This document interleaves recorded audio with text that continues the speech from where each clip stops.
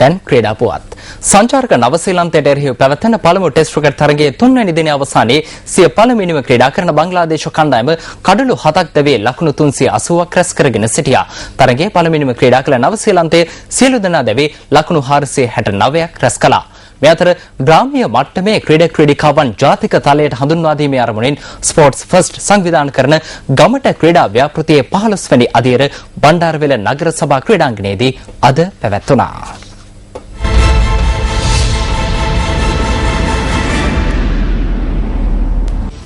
ගමට ක්‍රීඩා ව්‍යාපෘතිය සඳහා මෙවර සංවිධාන ශක්තියෙන් දායකුනේ බණ්ඩාරවෙල ශාන්ත ජෝසප් විද්‍යාලයේ ආදි ශිෂ්‍ය සංගමයයි.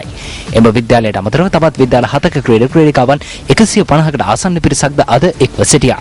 හිටපු ටෙස්ට් ක්‍රිකට් නායක අර්ජුන රණතුංග මහතාගේ ප්‍රධානත්වයෙන් පැවති පුහුණු සැසියට ප්‍රවීණ ක්‍රිකට් පුහුණුකරුවන් වන තිස්ස සිල්වා සහ නීල් රාජපක්ෂ යන මහත්වරුන්ගේද දායකත්වයේ හිමි වුණා.